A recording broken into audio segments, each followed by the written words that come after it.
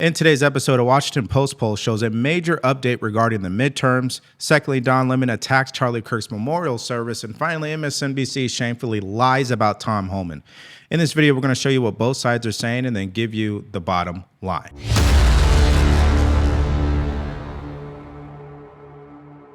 What are we seeing? Donald Trump being underwater, Democrats saying, oh, this guarantees us we're going to fly high in the midterms. Let me tell you, this guarantees you nothing, because at this particular point, the Democrats are the New Orleans Saints of political parties. What are we talking about? Trust the Dems or GOP more on the economy? Who leads on the economy? Republicans by 7. Immigration, Republicans by 13. How about crime? A big issue for Donald Trump and the Republicans. Look at that. Lead by 22 points. So the bottom line is this. At this particular point, the ball may be on the ground, but the Democrats have not picked up the ball and running with it. If anything, at this particular point, it's the Republicans who are running with the ball on the top issues, the economy, immigration, and crime. All right, guys, listen, those numbers don't surprise me and you. It's to be expected. I'm surprised they're not higher, to be honest with you. But why are these numbers the way that they are? Well, I think one explanation is what you see here on the screen. See, Democrats are more focused on complaining than getting results for the American people. We saw that during the Biden administration. They didn't get results. They did a lot of talking, a lot of virtual signaling, a lot of DEI, but none of it actually helped America. Now, here's what Angelina Jolie had to say, because this is being posted on Ground News. And as you guys know, we like to use Ground News to see what's being reported by the media so we could do our own research and think for ourselves. She says, quote, and while she's in Spain, by the way, I love my country, but I don't recognize it at this time. Listen, if you hate the country, you don't like the country, then just leave the country. Because at the end of the day, you're not being a part of the solution. That's the problem with Democrats. They're not focused on getting results. They're focused on complaining. Give some context on this. Compare this when Republicans last took the House. Yeah, let's compare it back to 2022. I think this kind of gives away the game right here. Okay, the GOP is more trusted than the Dems on the economy. It was 12 points in 2022. Slight decline in that lead, but still 7 points. How about immigration? It was Republicans by 3 back in 2022. Look at this. The Republican lead's actually gone up by 10 points. What are you doing, Democrats? My goodness gracious. And on crime, the Republicans were up by 13, and now they're up by 22. The lead, again, expanding by nearly double digits. So whatever Democrats are doing, it ain't working, Kate. It ain't working. Republicans have the lead on all three issues. And I think it's just going to continue to get worse, especially when they try to defend criminals like illegal aliens and even crime in their own city, right? Because that's what's been happening. Now, this is on the backdrop of free speech because she's at this event and they're asking her about free speech in America. And of course, if you're looking at the articles that Ground News is providing, because they'll show you articles that lean left and then articles that lean right. Well, these articles that are leaning left, they say, hey, listen, Angelina Jolie criticizes attacks on freedom of expression in the USA. There's no attacks on freedom of expression. There was not an attack on Jimmy Kimmel's First Amendment right. See, if there was an attack on Jimmy Kimmel's First Amendment right, he'd be in prison. You following what I'm saying? Because at that point, that means the government is directly involved in censoring you. That's not what happened here. His ratings were directly involved. Finances were directly involved. Now, if we were to compare these type of headlines to the articles that lean right, for an example, Fox News, Angelina Jolie criticizes America in free speech plea. I mean, listen, there's always going to be a spin no matter what side you're looking at, right?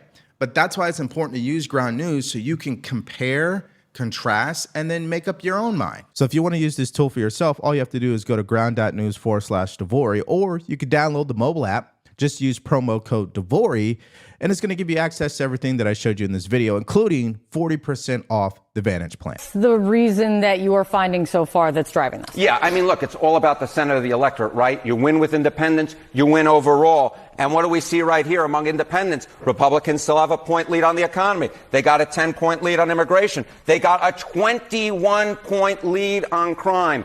The bottom line is when you look at these numbers, Democrats should call their offices because at this particular point, even if Republicans or even if the public doesn't like what Donald Trump is doing, they ain't necessarily liking what Democrats are doing. And it ain't just a referendum on one party. You actually have to go out and beat that party at this particular point. Democrats are not able to beat Republicans. They still and again, this isn't as Donald Trump came into office. These are numbers from this month.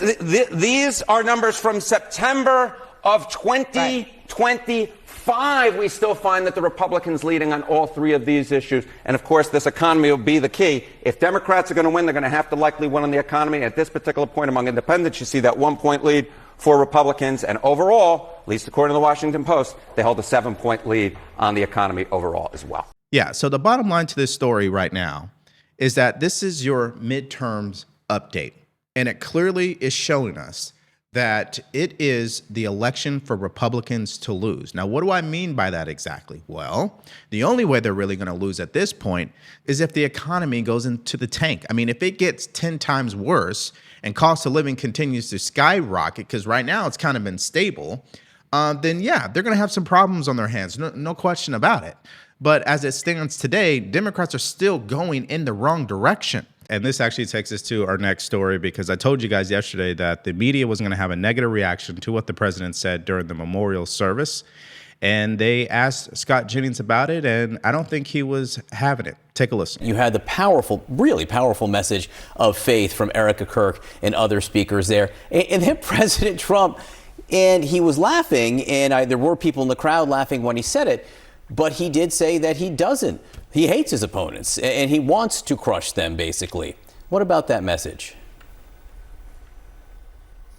Yeah, look, I'm not going to criticize the president. His friend died, and he gave the eulogy, and he did it in the way that Donald Trump would do it. He made some very beautiful remarks. He made some only jokes that only Donald Trump can make, and he did it in the way that, frankly, I expected him to do it, and I think the crowd responded to it. I think what you saw on the stage yesterday, from Trump to Erika Kirk to all the other speakers, and I thought it was extremely well done and very powerful, was a reflection of the range of emotions that Republicans and conservatives and Christians have felt since Charlie was assassinated. I mean, the most powerful thing I heard yesterday was Erika forgiving the assassin. That was the most powerful witness to the Christian message, to the gospel of Jesus Christ, that I think we could have possibly had. Yeah, so for the Christians out there, that's exactly the way that we saw it. I mean, it was a great service. Definitely didn't feel like a funeral.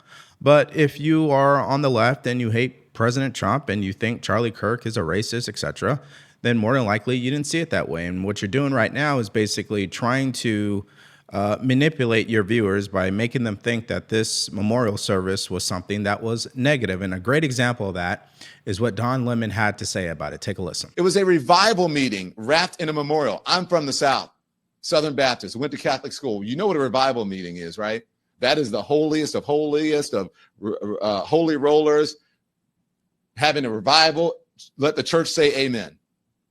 It was a revival meeting wrapped in a memorial, a political rally dressed as church. And by the end of the night, it was clear this was not only about Charlie Kirk's death. It was about his afterlife in politics.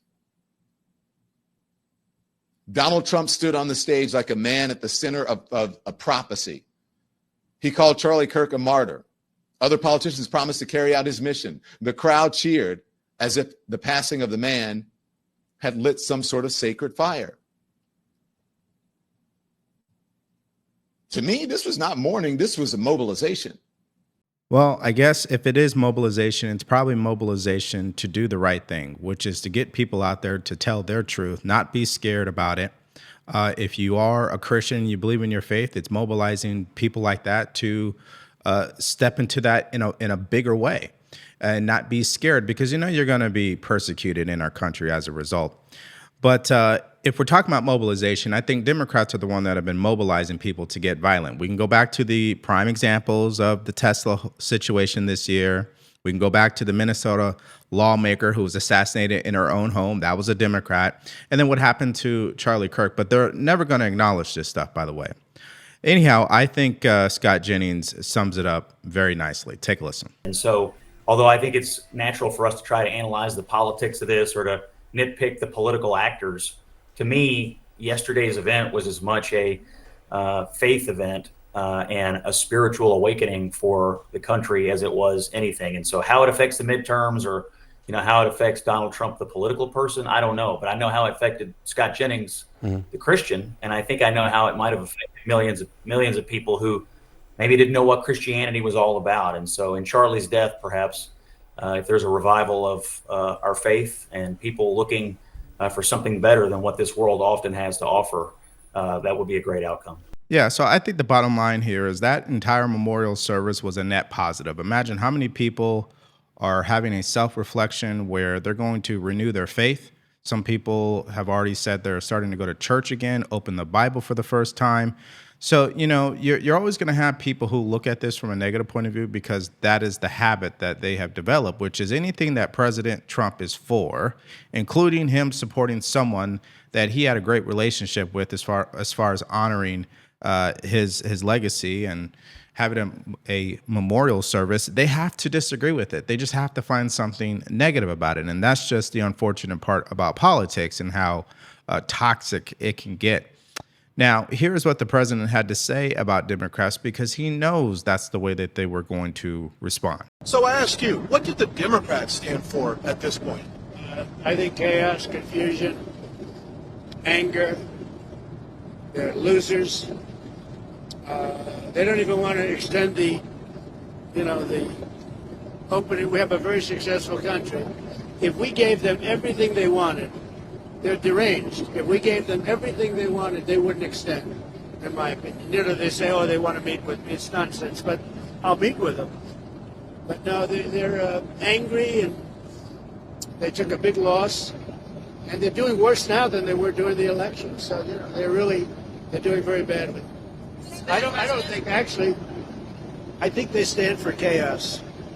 They stand for nothing. So the other story that we have to get to here is the continuous reaction to the president demanding the DOJ to investigate Letitia James, Adam Schiff, these corrupt individuals. Now, they're arguing on MSNBC this morning that there are no allegations, no evidence to support that when they weaponized the justice system against the president, that the government was weaponized against them. That's the argument that they're running with. And I want you to hear it for yourself, and then we'll see what the White House press secretary had to say in response. Take a look. The Trump administration is explicitly doing with this message from Donald Trump exactly what it accused the Biden administration and the Biden Justice Department of doing without evidence, by the way. Those accusations were totally without evidence.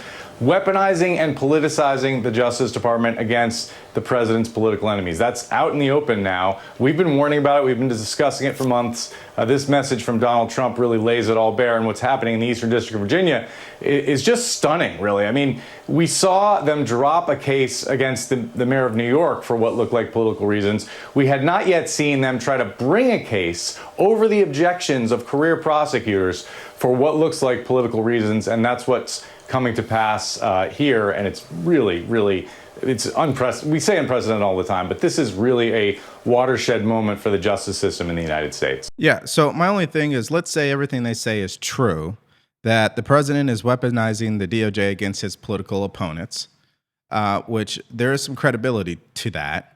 Why do they act as if it hasn't been done before? Particularly, it wasn't done against the president himself. I mean, that's where they lose credibility. So if you're going to accuse President Trump of doing this, can you just be honest and say, yeah, well, this is what happened because Joe Biden did it against him?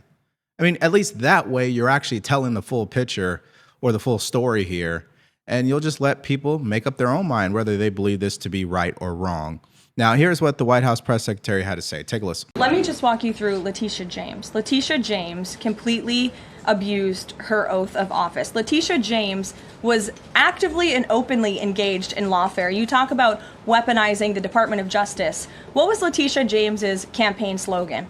It was prosecute Donald Trump. She was saying she was going to prosecute Donald Trump before she even knew if Donald Trump committed a crime, which of course we did not. Those are not the words of a serious prosecutor. Those are the words of a corrupt politician who is abusing their power. She actively campaigned on that. She also led the witch hunt, the financial fraud investigation against President Trump and the Trump Organization, and an appeals court tossed that case out, a $500 million civil fraud penalty in August, which was another win for the president, and exonerated him of this witch hunt and showed that this is an individual who is corrupt and abused her oath of office. And we also have evidence of her mortgage fraud. An April report from a white-collar fraud investigator found that there was documented evidence that James engaged in a consistent pattern of financial and property disclosures that raise serious legal questions. But why won't the president accept the conclusions of his Justice Department to not bring charges against Letitia James? In fact, you had Bondi and Blanche, top DOJ leadership,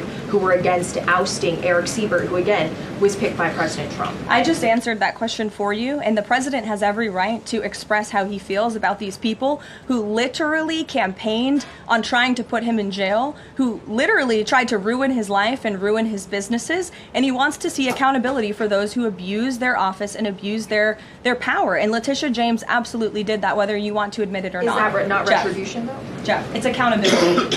Yeah, so Democrats call it retribution. The White House calls it accountability. And I think the truth is somewhere in the middle there where, you know, it's been a very long time, I would say a long time, many decades, where we haven't seen many Democrats get an investigation from the Department of Justice. And the last high-profile one was Hillary Clinton, and we saw what happened there. They basically let her off, right? They gave her a slap on the wrist.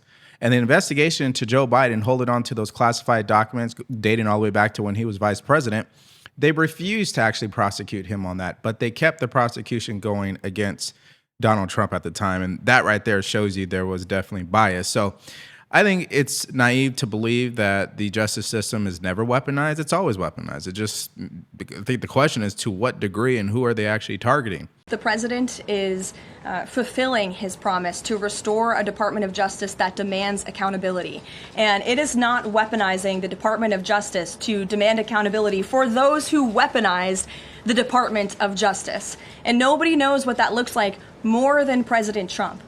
We are not going to tolerate gaslighting from anyone in the media or from anyone on the other side who is trying to say that it's the president who is weaponizing the DOJ. It was Joe Biden and his attorney general who weaponized the DOJ. Joe Biden used this sacred American institution to go after his political opponent in the middle of an election year.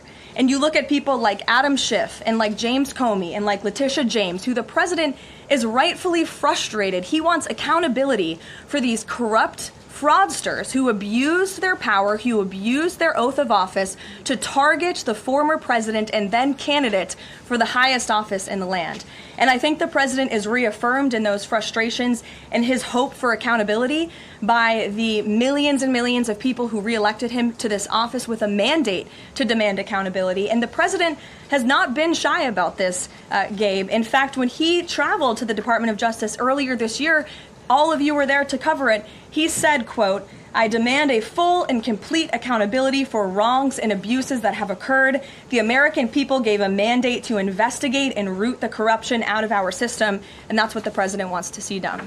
Listen, guys, I don't think any of these people are actually going to go to prison, okay? I think this is more of a political move, and I think this is more of a distraction. And what I mean by that is that they're going to try to prosecute these individuals. It's going to go to court. And at best, there will be a settlement. They're not going to go to prison, okay? It just isn't going to happen. And that is the sad part about politics, is because when you know someone is corrupt as a politician, why are they never really held accountable? Well, because they're all corrupt. If you think about it, it's a uniparty. And so that's why we don't really see them held accountable. In fact, some people report that people in Congress commit more crimes than it's being reported. So I think the bottom line here is that the president's going to see this through to the end. And Democrats are going to come out and cry about it. And every time that they do, they sound like the very thing that they accuse the president or accuse President Trump of doing. Here is an example of that. Hakeem Jeffries, pay attention to his language. He says this is a witch hunt. Now, who used to say that as well? The president. There is absolutely zero basis for Trump's Department of Justice to go after and prosecute Attorney General Tish James, or James Comey, or Senator Adam Schiff, or Federal Reserve Board Governor Lisa Cook. No basis at all. This is all a political witch hunt being led by a president who is bent on revenge. And that statement that President Trump made initially is Exhibit A for why this is a malicious prosecution. And it would be my expectation that if, in fact, they can convince a grand jury to bring charges, which I don't believe they will be able to do. And if, in fact, you have attorneys violating their oath to actually administer justice in a fair and impartial way and indict these members, I believe any charges will be quickly dismissed and that everybody involved should be held accountable. Based on his logic, what Letitia James was running on during her campaign as Attorney General, is that malicious prosecution? She said she was going to go after the president, even though there was no charges, there was no complaints. She just comes out and says it, and then 6 months later, she's pulling him into a courtroom. So how does that work exactly? Is that malicious prosecution? So, he says this is a witch hunt. And he sounds exactly what the president was saying before he was elected again, right? So I find that dynamic to be interesting. Okay. Now, here he is blaming the Supreme Court for why this is taking place. Take a listen. We should also blame the conservative justices on the Supreme Court for all of the things that we see happening, because they basically gave this president blanket presidential immunity in a country where the framers of the Constitution said we don't want a king. But they've effectively enabled Donald Trump at times to behave just like a king. And that needs to be revisited as well. The Supreme Court, shame on them for what they've done to this country in unleashing this out of control behavior. That needs to be reversed. Let me just follow up with you on that, though, by saying that, are you undermining trust and faith in a critical institution in this democracy? Are you referring to the Supreme Court or the Trump administration? To the Supreme Court. No, to the Supreme Court. You're saying, they've unleashed this, the justices have done this, they made him king. Are you undermining faith in an important institution in this democracy? No, what I'm undermining faith in is a decision that had no basis in the Constitution, no basis in law, and no basis in how the framers envisioned this democratic republic. We broke away from the notion of a king, a singular figure, and created three separate and co-equal branches of government so that no one would have the ability to unleash unchecked power, and that no one could be above the law. And it's reasonable, I think, to ask the question, why was that decision issued, and what are the consequences that have flowed from that decision over the last 8.5 months? And so that's what I'm questioning. Okay, but who issued the decision? The Supreme Court did. So technically, you are undermining the faith of the Supreme Court. And this is what Democrats do all the time. Whenever the Supreme Court issues a ruling they don't agree with, they go into, criticizing them and saying that they are enabling the president and et cetera, et cetera. And the reality is every single president has the same level of authority. And we don't have to look any further than what happened with Joe Biden when a week before he left office, what did he do? He pardoned his son, dating all the way back to when he was the vice president. I mean, how does that happen? Pardon his family. We go on and on and on. But you didn't hear Hakeem Jeffries crying about that either.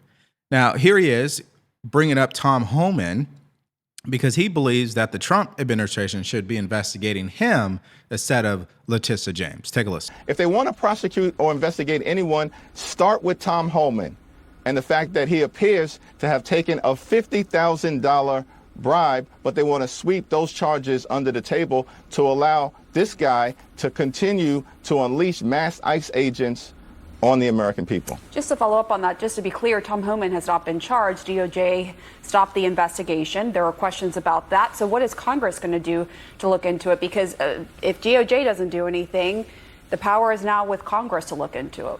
What can you do in the minority? Well, as Democrats, we, as we've done in other instances, including the most recent situation with the FCC chair and the attack on the First Amendment that is ongoing, launch our own internal investigation because Republicans haven't been functioning as a separate and co-equal branch of government. They are simply a reckless and extreme rubber stamp for Donald Trump's out-of-control agenda. So in other words, he wants to launch his own investigations. I thought it was a problem for the president to direct the Department of Justice to launch investigations against his political opponents. And now you guys are literally doing the same thing. So, this entire situation goes back and forth. That's why I always call this a reality TV show. It's a lot of talk. Even if it turns into an investigation, I don't see where it's going to lead, really. But on that note about the investigation, as you guys heard him allude to, Tom Homan was being investigated under the Biden administration for bribery charges. Now, we'll hear what MSNBC has to say about this. And of course, we're going to show you the opposite side of that. Take a listen. Now to an MSNBC exclusive report revealing that White House border czar Tom Homan was the focus of an FBI investigation just last year. According to multiple people familiar with the probe and internal documents reviewed by MSNBC, the agency recorded Homan accepting $50,000 in cash after suggesting he could facilitate government contracts during the second Trump administration. Homan thought he was speaking with business executives, but was actually making a deal with undercover FBI agents. Homan himself denied the allegations in an interview, saying there's, quote, nothing to it.